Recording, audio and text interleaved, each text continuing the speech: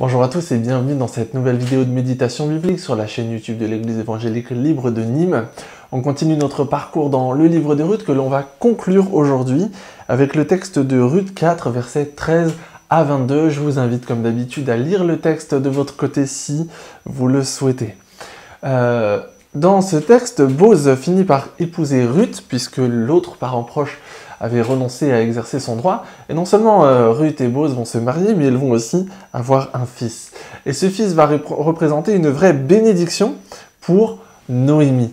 Parce que pour Noémie, c'est son petit-fils à elle, selon la loi, même si elle n'a aucun lien de sang ni avec Ruth, ni avec Boz. Comme je l'avais expliqué dans la méditation de vendredi, la loi stipulait que ce fils était comme si c'était le fils du mari défunt de Ruth. Et donc c'est vraiment le petit-fils de Noémie.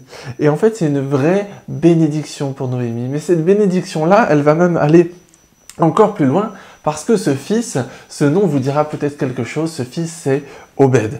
Obed, ça sera le père d'Isaïe, et Isaïe lui-même sera le père de David, le roi David. Donc ce fils de Ruth, ce petit-fils de Noémie va devenir le grand-père du roi David. Pourquoi est-ce que c'est important? Parce que déjà, David est un personnage important dans l'histoire biblique, c'est un personnage que quasiment tout le monde connaît, mais c'est aussi important parce qu'on voit ici l'effet de la fidélité de Ruth et de sa bonté envers Noémie. Grâce à sa fidélité et grâce à sa bonté, Ruth va entrer dans la généalogie, d'abord la généalogie d'un roi, c'est le roi David, comme on vient de le dire, mais ça va aller même encore plus loin, parce que grâce à cette fidélité et à cette bonté, Ruth va aussi entrer dans la généalogie du Messie, dans la généalogie de Jésus, parce que, on le sait, David sera lui-même aussi l'ancêtre de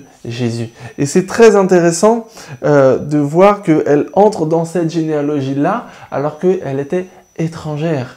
C'est peut-être complètement anodin pour nous, mais à l'époque, le peuple d'Israël est vraiment un peuple un peu fermé et qui considère que le salut, la grâce de Dieu est uniquement pour lui.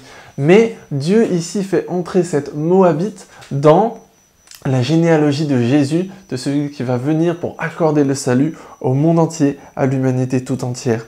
Et il y a vraiment ici un signe de l'accueil de Dieu. Elle a été accueillie dans la généalogie du Christ, comme nous, qui ne sommes pour la plupart, peut-être même pour la majorité, la totalité d'entre nous, qui ne sommes pas du tout juifs ni israélites, eh bien, nous aussi, Dieu nous accueille dans cette alliance qu'il a maintenant élargie à l'humanité tout entière. Dieu, nous aussi, veut nous accueillir comme il a pu accueillir Ruth. Et elle va devenir aussi, Ruth, grâce à tout cela, et ça c'est très très fort, elle va devenir une des 4 seules femmes qui sont appelées par leur nom dans la généalogie de Matthieu 1. Dans Matthieu chapitre 1, Matthieu fait une généalogie de tous les ancêtres de Jésus, et la coutume à l'époque, c'était de citer les hommes dans la généalogie, de citer un tel engendre un tel engendre un tel. On ne citait pas les femmes. Et il y a des femmes qui sont citées dans cette généalogie, et il y en a 4 qui sont citées par leur prénom, et Ruth en fait partie.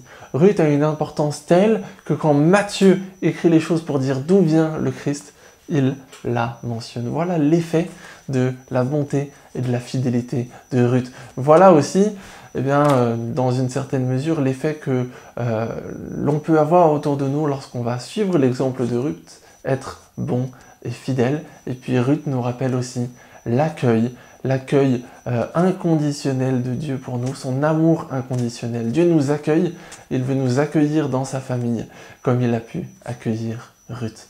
Je vous souhaite une très bonne journée, je vous donne rendez-vous demain pour une nouvelle méditation où on commencera un nouveau livre biblique ensemble. Bonne journée à tous.